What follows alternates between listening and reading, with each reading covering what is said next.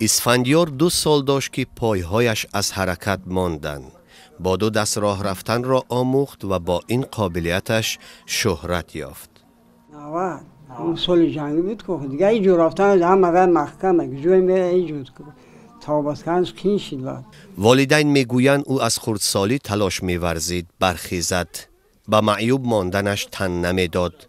بعدم چیگاس توشم چیگاس چویدم پشتی خونه چیگاس ازم شکا چیگاس ازم تیف لین کام خواهم میخواستم میغلطم با دهان میزنم میخواستم میزنم زانو میکن پیشونی میکافیدم عذاب بخیر. بعد تا مکتبم یک بالا کم میرفتیم.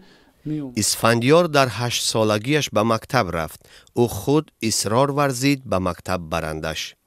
یاردمش میدادیم خیفرش میگردم که زیغ نشه. مثال همین معیبه هیچ نکنه معیبه چه. خلاف پندار دوستان اسفندیار به معیوب ماندنش سازش نمی کرد بلکه مطمئن بود به پا می خیزد. روز دارن میگشتم میزون میکشیدم مایم سویو شب نماز شام میگذشت. بعد امی راسته پشتی خونه دارم شب میشدم لاو بابلا میرفتم مایلا بابلا میرفتم. بعد بومیم دایجا خیلی جمعه پنجم بروس همش همه خونه داد.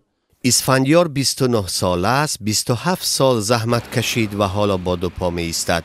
اما همان با 2 دست حرکت کردنش او را در زادگاهش شخصی نجیب کرده است. ساده میبرم ایس میبرم بلند ایوس فرمودن نمیتونم های پومدا بعدسم تیز میفرم چند وشونه بوشه. این استعداد اسفندیار در شبکه‌های اجتماعی هزارها هوادار خود را پیدا کرده است.